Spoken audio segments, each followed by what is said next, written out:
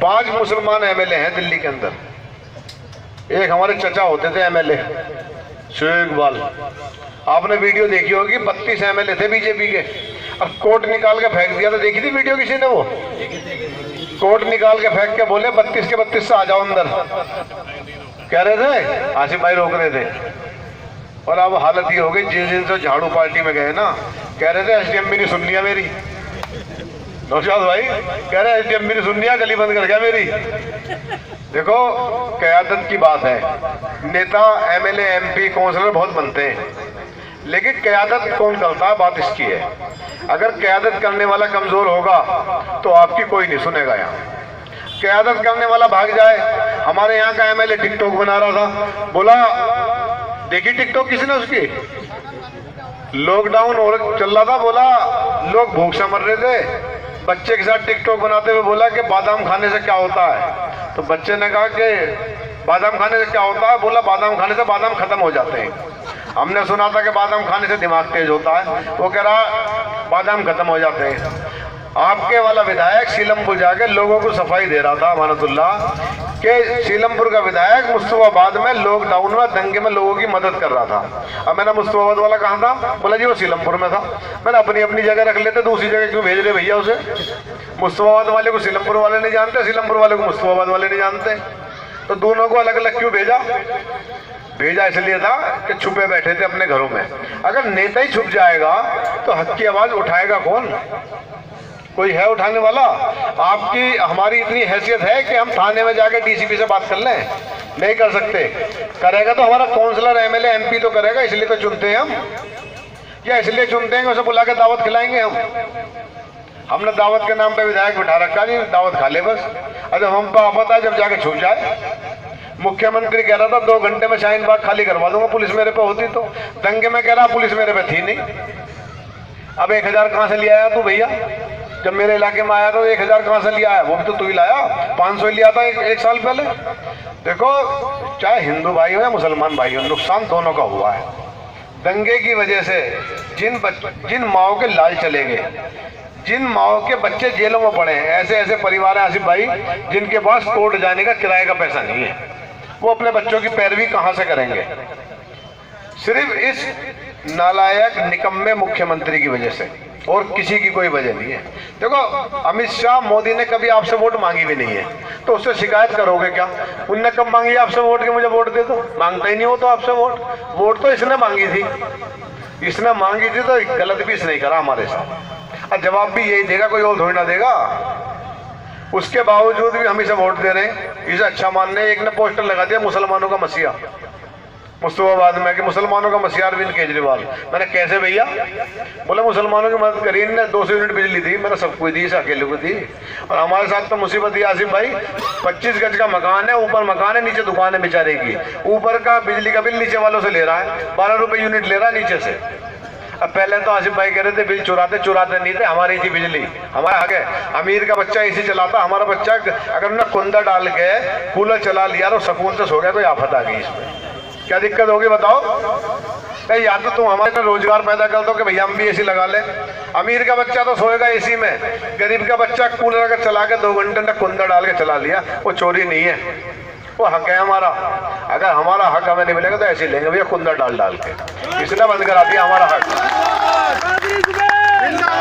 बोला पानी फ्री दे रहा, मैंने पानी तो अल्लाह ने फ्री दे रखा, तू ना काहे को फ्री दे रखा? हम तो पहले फ्री पीते थे। हमारे यहाँ, मेरे यहाँ तो मीटर है नहीं जी, ओखला का मुझे पता नहीं, हमारे यहाँ कभी मीटर नहीं थे।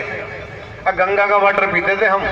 जिस दिन से ये बैठा है उस दिन से वो सारा गंगा का वाटर दूसरी विधानसभा में चला गया। हमारे यहाँ बोरिंग का जमुना का पानी पिला रहे हैं।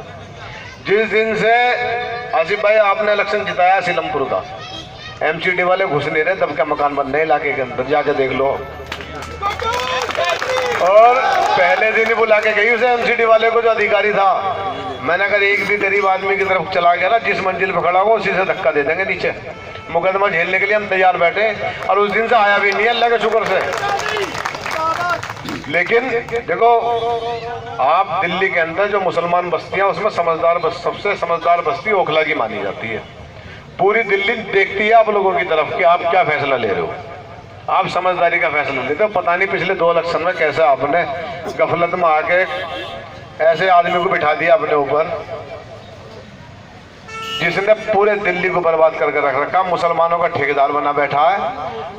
मुस्तफाबाद के अंदर जब दंगा हो रहा था तो टेंट लगा के बैठ गया, बोला मेरे अकाउंट में पैसे दो, और किसको एक आदमी को 1 रुपया नहीं दिया उसने, सारे पैसे अपने उसमें ले लिया। मैंने कह दिया हलक में हाथ डाल के हिसाब लेंगे, तो मुझ पर फोन करवा रहा है कि जी देखो बदतमीजी कर रहा है।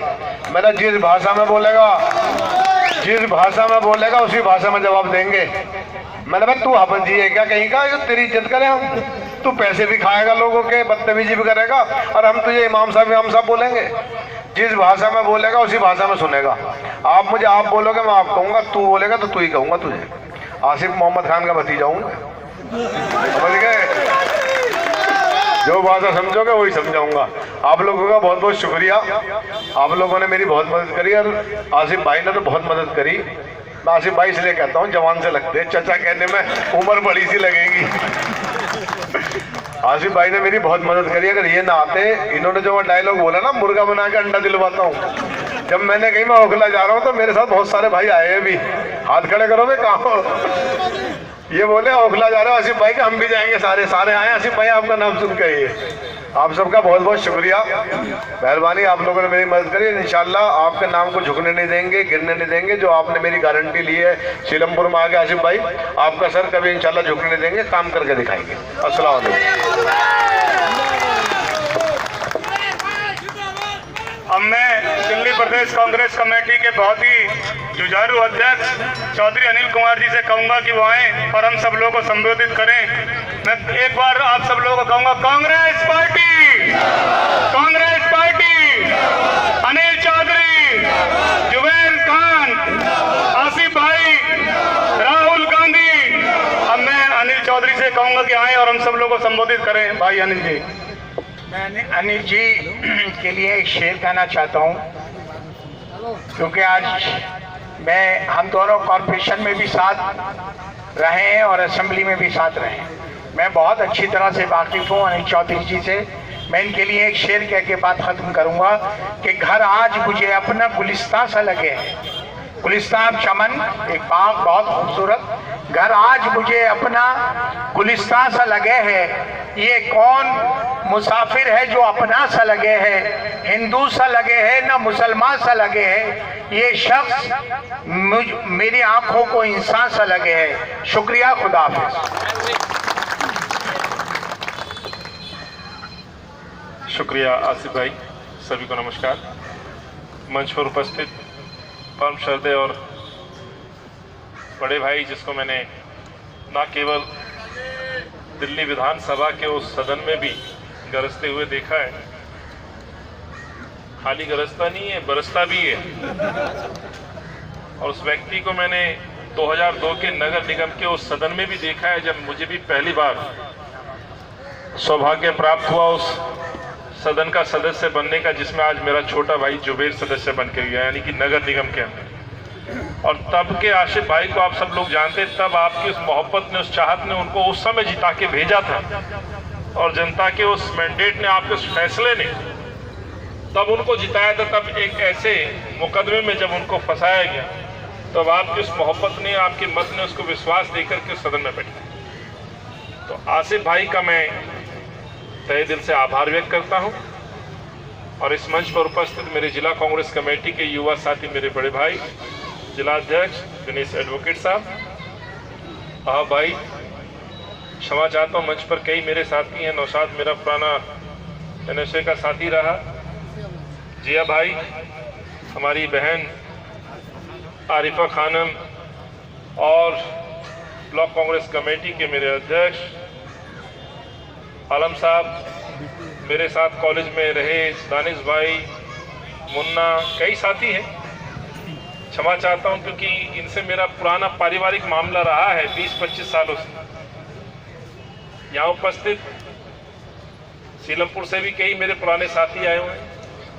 शाहलियाँ बैठा है मेरी यूथ कांग्रेस का साथी, NSA के कई पुराने साथी जो अभी भी मेरे साथ मेरा सहयोग कर रहे हैं, पार्टी के लिए जूझते हैं, लड़ते हैं, कभी टिकट नहीं मांगते। यहाँ उपस्थित मेरे कांग्रेस परिवार के वरिष्ठ, परिवार के मेरे सदस्य, जिनको मुझे सौभाग्य प्राप्त हुआ आज उनको नमन करने का, उनका स्वागत करने का। मेरी माताएं, मेरी बहनें, मेरे बुजुर्ग, नौजवान साथी, प्यारे प्यारे बच्चों, आसिफ भाई का मैं पुनः तो धन्यवाद करता हूं मैं ओखला की इस जनता का, आवाम का, जिसे जुबेर भाई ने कहा फैसला तो चौहान बांगर की जनता ने लिया, लेकिन उसके लिए जो दुआएं हुई और इस निकम्मी सरकार, इस दोगले मुख्यमंत्री के खिलाफ जो आपके दिल में जो गुस्सा, जो नाराजगी, जो सवाल थे, उसका जवाब चौहान बांगर ने दिया। और जुबेर को जिता करके ना केवल चौहान बांगर का नेता बनाया, बल्कि आज ओखला में भी आपका आशीर्वाद लेने पहुंचा है, आपका धन्यवाद करने पहुंचा है। और आज दिल्ली के हर कोने में जुबेर को लोग बुला करके मिलना चाहते हैं।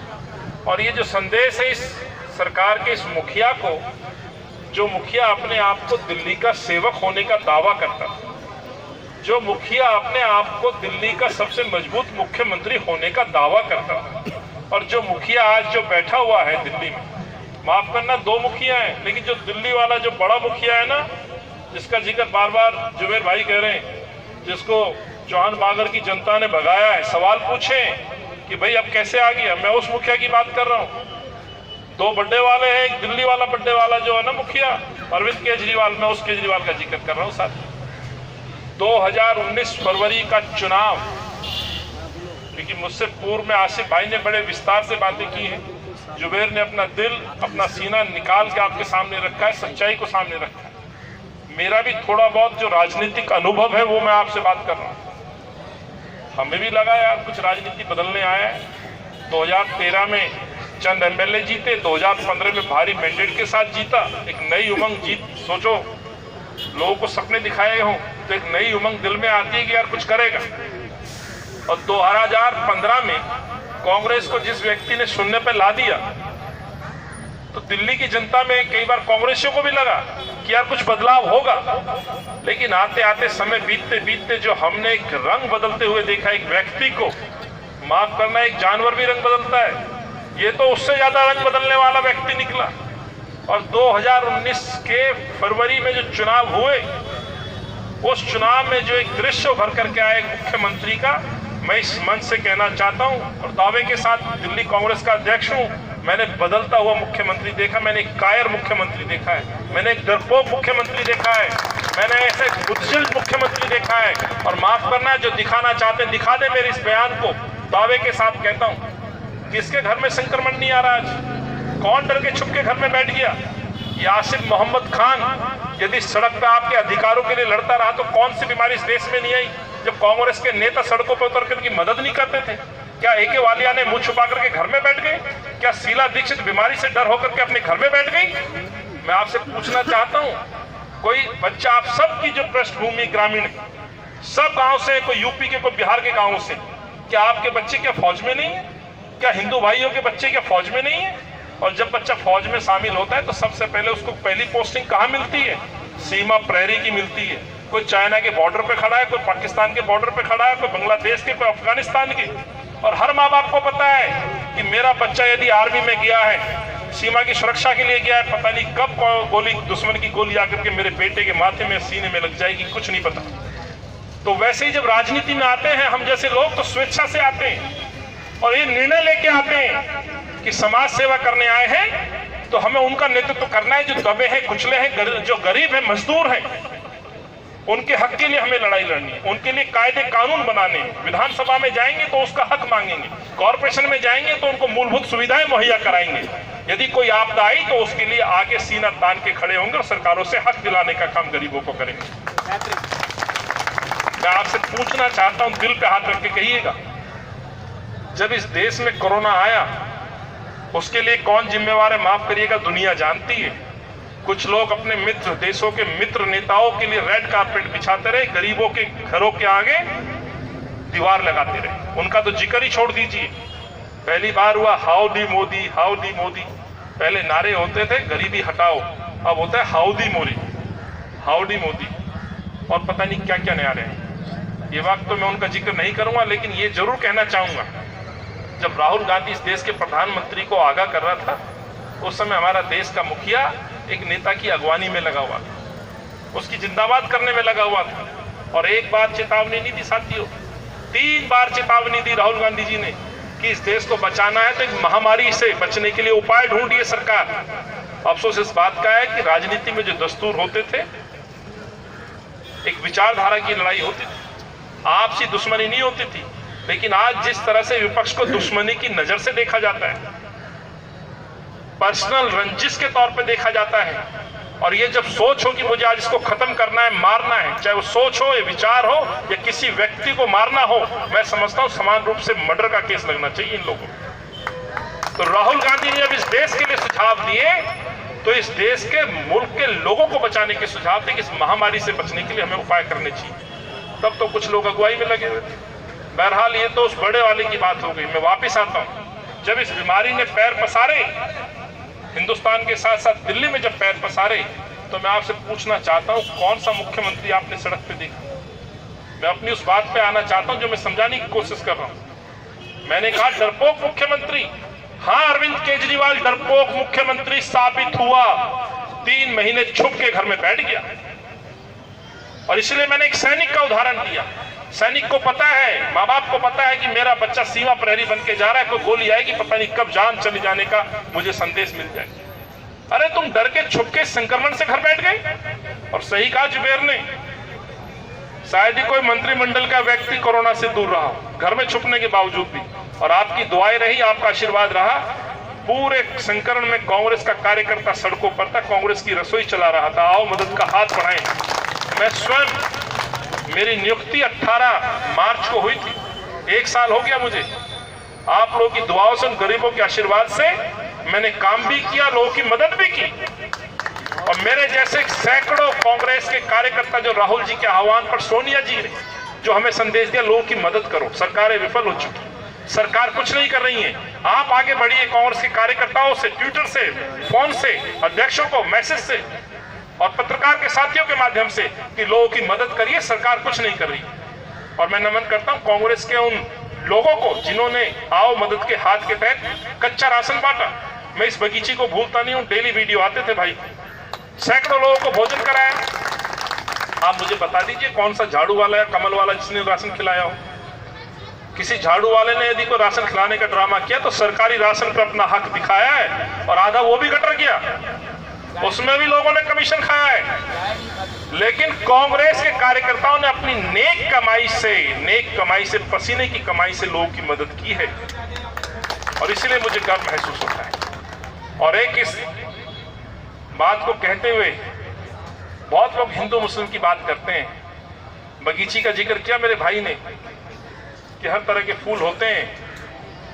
जब जाकर के एक बड़ा उर्दू का शब्द बोला था आपने बगीची के बारे में, चमन, चमन, सही कहा। चमन में सैकड़ों तरह के खूबसूरत फूल होते हैं, जैसे इस बगीची में चीकू भी लग रहा है और दूसरे फल भी लग रहे हैं। मेरा कांग्रेस वो चमन है जिसमें हर धर्म का व्यक्ति सेवा करता है, और मैं उस सोच का, उस चमन का कार्यकर्ता हूं, और बहुत सोच समझ के इस राजनीति में आया हूं। और NSY छात्र संगठन से मेरा साथी खड़ा है, मेरे कॉलेज में रहा था, मेरा छोटा भाई मंच पे पार्षद के तौर पे जाकिर हुसैन में ये लोग रहे। हम लोगों ने बहुत सोच के कि इस देश की जो आत्मा है वो तमाम धर्म के लोग हैं, बिरादरी के लोग हैं। और मैं वापिस वो बात दावे के साथ इस जनता के सामने रहना चाहता हूं जो मुझे सोशल मीडिया के माध्यम से सुन रहे हैं। कांग्रेस की रसोई पे किसी ने किसी का धर्म नहीं पूछा, किसी की मदद देने वाले का नाम नहीं पूछा। उस समय जो पेट की आग थी ना, भूख की आग, वो जरूरत थी उसकी जान बचाने के लिए, और वो मदद मेरे लोगों ने की, ये सेवा की। तब तो धर्म में नहीं बांटा भाजपा वालों ने, तब तो नहीं पूछा कि मुसलमान के हाथ का खाना मत लेना कोई हिंदू हो, और किसी हिंदू को ये नहीं कहा कि मैं मुसलमान को तुम खाना मत देना। लगातार 2.5-3 महीने आपके यहाँ पे इसी द्वार पर रसोई चलती रही, मेरे घर पे चलती रही। दिनेश एडवोकेट के जिला अध्यक्ष होने के नाते 85 रसोई चली पूरी दिल्ली में। आज भी याद है, कंट्रोल रूम के माध्यम से हमने सूखा राशन। मतीन भाई को मैं सलाम करता हूं, जितनी मोहब्बत आप लोग करते हैं, मैं हिंदू होने के नाते कहता हूं, उससे ज्यादा उनकी मोहब्बत हिंदुओं के अंदर। क्यों? उनकी सेवा भाव, उनकी मोहब्बत। कावड़ शिविर हो, गाजीपुर का शमशान घाट हो, जिक्र किया इनके अब्बा मेरे बड़े, वही बात है, उम्र में चाचा जरूर कहते हैं, हम उन्हें उम्र में भाई कहते हैं, मतीन भाई, लेकिन ओहदा बाप के समान है। छोटी सी छोटी खबर मेरे 24 गांव में आ जाए, माफ करना, मैं जिस बिरादरी से हूं उस बिरादरी में हमसे ज्यादा उनको मानते हैं।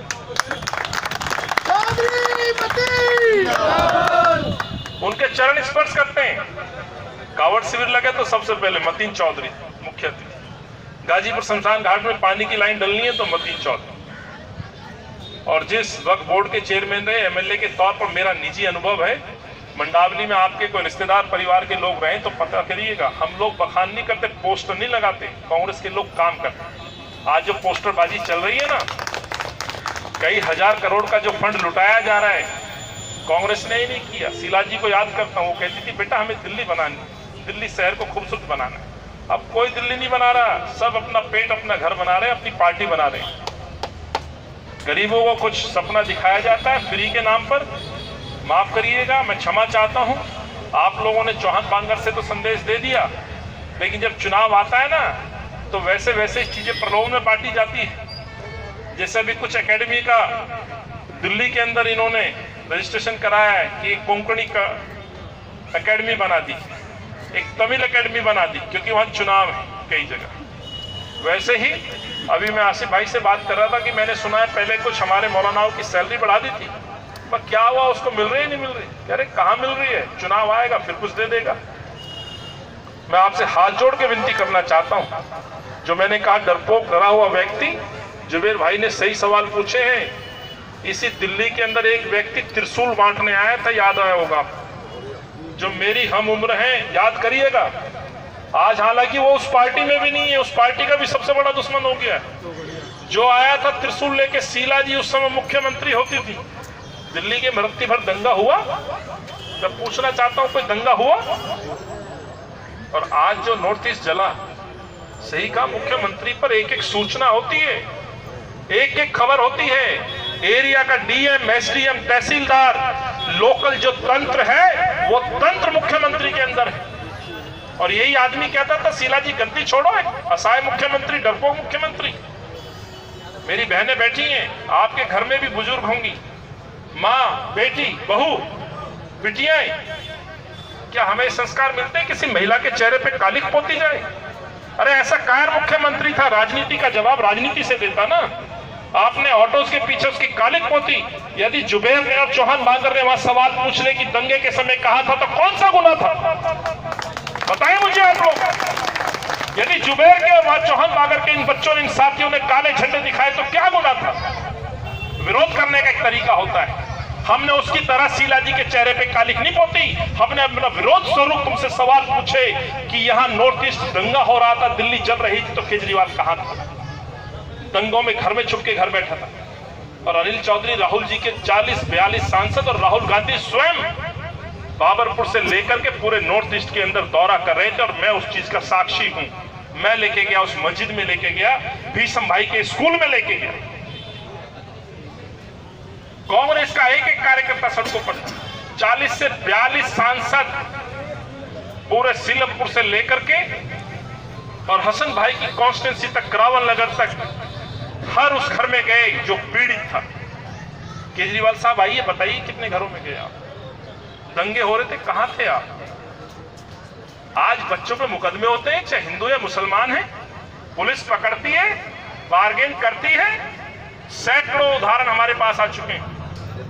मुकदमे फंसने का और निकालने का जो सिलसिला चल रहा है आसिफ भाई, बेगुनाहों को गुनाहगार साबित करने की साजिश, और गुनाहगारों से जिस तरह से वसूली हो रही है, हम उसकी पैरवी नहीं करते, लेकिन बेगुनाहों को अंदर डालना, अन्याय करना। आज एक कार्यकर्ता हमारी जेल में है, क्या गुनाह है उस लड़की का?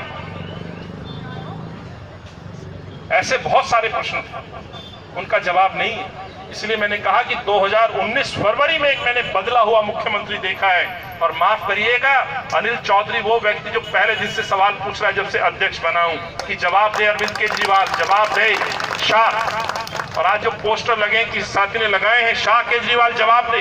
क्यों ना पूछे देश के गृह मंत्री से कि दंगे हुए तो क्यों हुए? क्यों ना पूछे दिल्ली के मुख्यमंत्री मंत्री से शीला जी के चेहरे पे काली पोती थी, तो कहाँ है वो बहादुर मुख्यमंत्री? क्यों नहीं आए दंगों के बीच में? क्यों आपने वहां जाकर के दोनों समुदाय के लोगों को बैठाया? दिन छिप रहा है, आप भी जानते हैं गंगा जमनी तहवीज में हर धर्म में क्या महत्व होता है दिन छिपने का।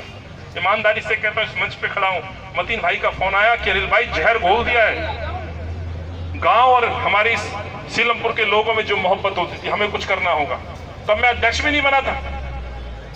मैं और मतीन भाई गए, हमने घोंडा के गांव वालों को भी बैठाया, दोनों परिवारों के बड़े को और नौजवानों को बैठाया। एक कोशिश की कि नफरत के बीच खत्म होने चाहिए। दंगा करने वाले कौन थे, किसने मारे थे, कोई नहीं जानता, चीजें आएंगी पर वक्त बताएगा। लेकिन जो मासूम हैं, निर्दोष हैं, कम से कम उन परिवारों में जो खौफ है उसको निकालने का प्रयास हो। एकमात्र प्रयास यदि किसी ने किया तो कांग्रेस के जनों ने किया, वो मतीन चौधरी और अमित चौधरी ने। जवाब दे, आए मुझसे बहस करे अरविंद केजरीवाल, बहस तो करे गोपाल राय, बहस तो करे वहां के लोकल विधायक। क्या ये एफर्ट्स नहीं होते? आप किस लिए चुनते अपने विधायक? इसलिए तो चुनते हैं कि सौहार्द रहे, मोहब्बत रहे, प्रेम रहे, आपसी ताना बाना बना रहे। लोग हिंदू लोग ईद मनाए हैं, मुसलमान लोग दिवाली पे मिठाई खाएं, यही तो चली आई है हमारी परंपरा, यही तो गंगा जमनी तहवीज है। पहला मुख्यमंत्री देखा है जो मुझे पता चला कि चौहान बागर में भी समुदाय को पठानों में और उसमें बांटने की साजिश हुई। ऐसा मुख्यमंत्री कितना बीज बोओगे? इसलिए मैं कहना चाहता हूं कि मैंने एक बदले हुए मुख्यमंत्री को देखा जिसको आपने सही पहचाना। मरकज का जिक्र मैं नहीं कहना चाहता, मैंने बार बार सवाल पूछे। बीजेपी के कार्यालय में कोविड के पेशेंट पाए जाएं, बीजेपी का कार्यालय 3 दिन में खुल जाए और मरकज आज तक ताले में लगा रहे। मैं जानता हूं मरकज का महत्व, मैं अपने धर्म के अंदर धर्मशालाओं का महत्व जानता हूं, मैं आश्रमों का महत्व जानता हूं, मैं मठों का महत्व जानता हूं। तो मरकज का महत्व यदि आप जानते हो तो मैं भी जानता हूं।